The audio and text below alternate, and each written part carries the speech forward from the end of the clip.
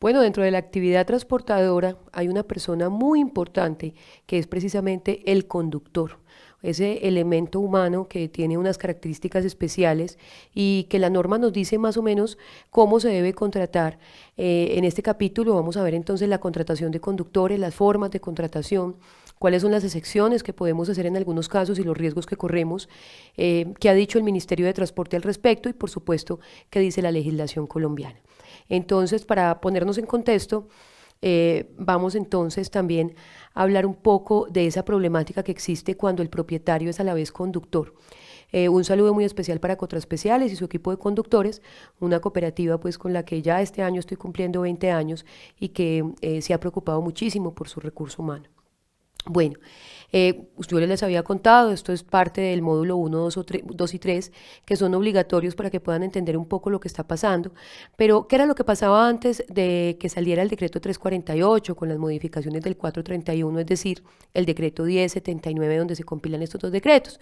Antes existía el decreto 174, a pesar de que el decreto no estaba mal hecho, estaba bien, pues digamos que así era como operábamos. Entonces la empresa de transporte simplemente le cobraba al propietario una suma de dinero porque el propietario contratara al conductor, el propietario se encargaba de contratar al conductor. Muchas veces ni siquiera en el extracto de contrato era obligatorio poner el nombre del conductor. El propietario conseguía a los usuarios, en muchos de los casos, obviamente no en todos, no en todas las empresas, pero las empresas eran más que todo vinculadoras. Esto en detalle lo pueden ver mejor en el módulo número 2, pero a manera de resumen, les cuento que el decreto 348 lo que quiso el 25 de febrero del 2015 era darle a las empresas 2 años para que transformaran todo su modelo y para que se hicieran responsables de la totalidad de los vehículos, para que administraran los vehículos, que el propietario le entregara a la empresa el vehículo y la empresa se encargara de contratar el conductor y los usuarios y la empresa le devolviera una suma de dinero al propietario. En este orden de ideas, pues esto era maravilloso, pero las empresas no tenían ni la capacidad administrativa y operativa para hacer esta actividad, para recibir los vehículos por parte de los propietarios sin intervención ninguna del propietario. Y por lo tanto, pues digamos, se modificaron algunos artículos y ahí fue donde salió el decreto 431 que el 14 de marzo del 2017 modificó el decreto 348, ya dijo, no, ustedes no van a administrar los vehículos, pero ustedes sí se van a encargar de los conductores conjuntamente con el propietario. Entonces, digamos que no nos dejó a nosotros la obligación de administrar, aunque dejó la posibilidad, lo pueden ver en formas de vinculación en uno de los capítulos de este curso, nos dejó la posibilidad de que nosotros sí tuviéramos una contratación o una administración del vehículo, como lo dice pues la diapositiva anterior, pero nos dejó también la posibilidad de que no tuviésemos que contratar directamente a los conductores, perdón, de que no tuviéramos que encargarnos de todo lo que tenía que ver con la administración del vehículo, pero sí nos dejó la contratación de conductores en manos de las empresas conjuntamente con el propietario. Entonces, así las cosas, vamos a entrar en materia. Primero, la contratación de conductores llamados choferes en el año 59 está desde esa época. O sea, desde el artículo 15 de la ley 15 del 59, la primera ley de transporte, decía que los conductores, los choferes asalariados, se entendía el contrato celebrado directamente con la empresa y que el propietario era solidariamente responsable. Esta norma fue replicada por la ley 336 del 96. Recuerden que la ley 336 del 96 es el estatuto de transporte y que rige para todas las modalidades, es decir, para intermunicipales, especiales, carga, taxis, urbanos, etcétera. Y para transporte especial es la ley general, de ahí parten todos los demás decretos reglamentarios. Y esa ley, en el artículo 36, repitió lo que decía el artículo 15 del artículo anterior que les estaba contando, de la ley 15 del 59. ¿Qué dijo? Dijo en el artículo 36 que los conductores destinados al servicio público de transporte serían contratados directamente por la empresa, y ahí hay un detalle, operadora de transporte, quien será solidariamente responsable junto con el propietario del equipo. Pero resulta que también estableció en el artículo 34 que las empresas debían constatar todo el tema de licencias de conducción y que los conductores tuviesen licencia de conducción vigente y apropiada para el servicio, pero que también debían constatar la afiliación de sus conductores a la seguridad social.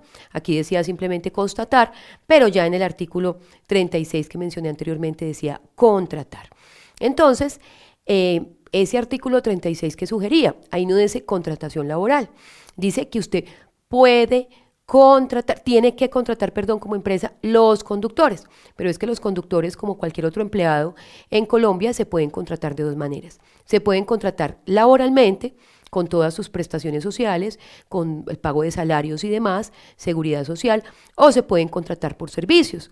Es decir, podríamos decir que el artículo 36, cuando dice contratar, permite o posibilita que se contraten las personas por servicios o se contraten laboralmente. Ahorita volvemos a esta diapositiva, pero entendamos un poco qué es contratar laboralmente. Contratar laboralmente, recuerden que hay varios tipos de contratos. En otro módulo vamos a mirar los tipos de contratos laborales y todas las obligaciones laborales que nacen para una empresa en general. Pero podemos decir que cuando usted contrata laboralmente, ya sea por contrato fijo, indefinido o por contrato por hora y labor, porque el conductor solamente te va a desarrollar ese contrato y si se termina ese contrato, se termina la labor. Esos serían los tres tipos de contratación laboral. Cuando tú contratas a alguien laboralmente, le debes pagar salarios, le debes pagar prestaciones sociales, vacaciones, primas y cesantías y por supuesto la seguridad social, EPS, ARL, pensión y para fiscales. Pero resulta que algunas empresas están contratando a los conductores laboralmente, pero no están pagando salarios, entonces solamente pagan seguridad social para cumplir con la norma, pero no pagan salarios. Eso da graves sanciones, eso lo vamos a detallar más en un ratico. Entonces, como les digo, la contratación se puede hacer de un conductor, según ese artículo 36, laboral o por servicios, y digo de un conductor en cualquier modalidad. Pero resulta que usted también puede contratar por servicios. ¿Qué es contratar por servicios? Que efectivamente contratar por servicios es cuando tú no contratas laboralmente a la persona, sino que la utilizas para la prestación de determinados servicios. Ese prestador de servicios es un verdadero trabajador independiente que tiene su vehículo, que espera que tú le des un trabajo, que tú le des una actividad que desarrollar y esa misma persona como independiente paga su seguridad social como independiente, como prestador de servicios. En ese caso debe existir un contrato de prestación de servicios bien redactado, bien organizado.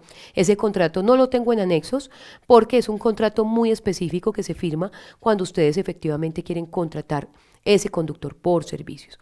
Pero ese conductor debe pagar la seguridad como independiente. Pero en transporte tenemos una situación. Si yo soy abogada y me contratan por servicios, pues yo pago mi seguridad social como independiente completa sin ningún problema. Pero cuando se trata de conductores o empleados de alto riesgo, y cuando hablamos de alto riesgo no solamente de conductores, de personas que trabajen en minas, de personas que trabajen en alturas, etcétera, existe el decreto 723 del 2013, que dice que cuando la persona es independiente, pero va a trabajar en una actividad de alto riesgo superior a un mes, o sea que la actividad tiene una duración larga, la ARL la debe pagar la empresa que contrata a la persona, ¿sí? Es decir, aquí como vemos el decreto 723 por el cual se reglamenta la afiliación al sistema de riesgos laborales de las personas vinculadas a través de un contrato formal de prestación de servicios, dice claramente que el contratante es el que debe afiliar a la persona a riesgos laborales. Muchos empleados me preguntan, ¿y eso sí es posible? Claro que es posible. Hay una planilla que es la planilla la planilla Y, que es la que permite pagar solamente la ARL. Pero en transporte tenemos una problemática, y una problemática pues delicada, porque de todas maneras el artículo 36 también nos dice, bueno, los conductores serán contratados directamente por la empresa, pero quien para todos los efectos legales será solidariamente responsable junto con el propietario del equipo. ¿Qué quiere decir? Que si el propietario conductor, hay un propietario que a la vez es propietario de su carro y a la vez es conductor, conduce su vehículo, pues contratar a esa persona laboralmente se vuelve un verdadero problema porque en realidad esa persona no es un contratista o no es un empleado mío, sino que es una persona que se dedica a una actividad, que tiene su vehículo y que a través de ese vehículo presta servicios. Entonces ahí es donde opera esta contratación donde la ARL la paga la empresa. Pero ¿cuál es el problema grave que tenemos? Bueno, y ese propietario nunca me podría demandar porque como él es solidariamente responsable con las obligaciones del conductor, pues si él me demanda a mí, yo lo ingreso a él a la demanda y él tendría que responder también por esas obligaciones.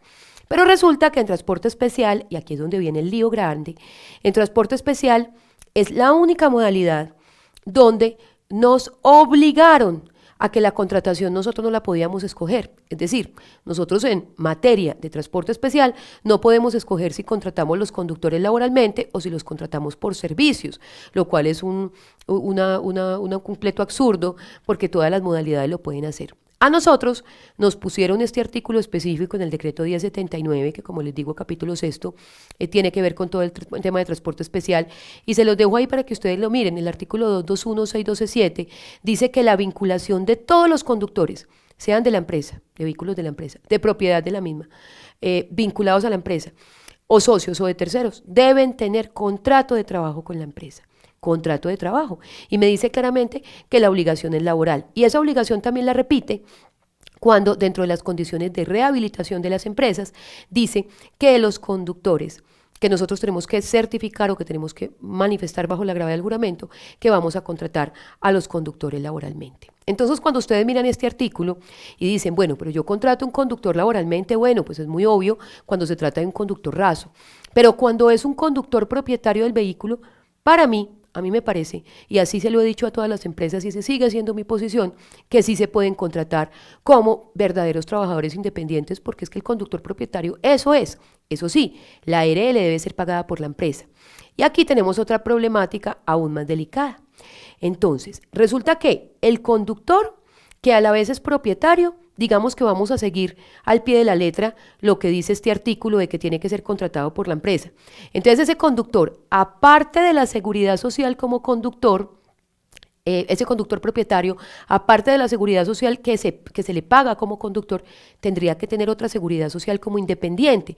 Recordemos que la norma tributaria, es una norma tributaria, dice que todo el que recibe un dinero por la prestación de un servicio, recuerden que el propietario conductor recibiría en este caso dos dineros, uno como conductor por un salario mínimo y otro porque después de desarrollar su actividad para la empresa le queda un dinero que se le entrega por la prestación de ese servicio.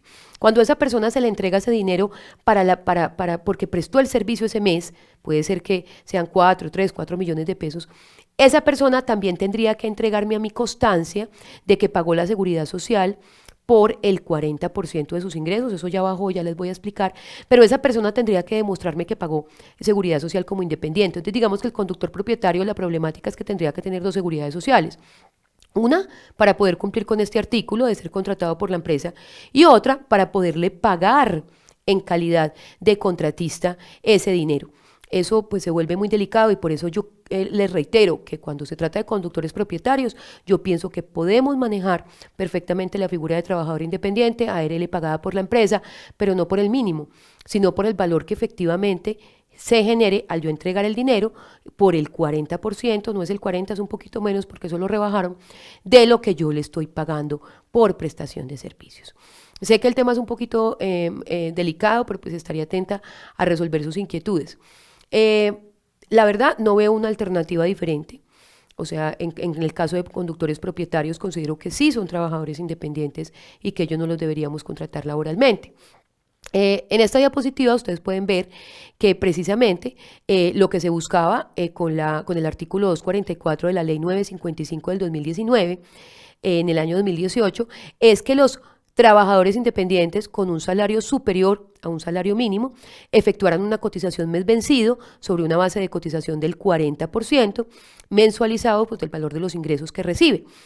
Esto es lo que yo les digo, que igual tienen que pagar un conductor que sea un propietario.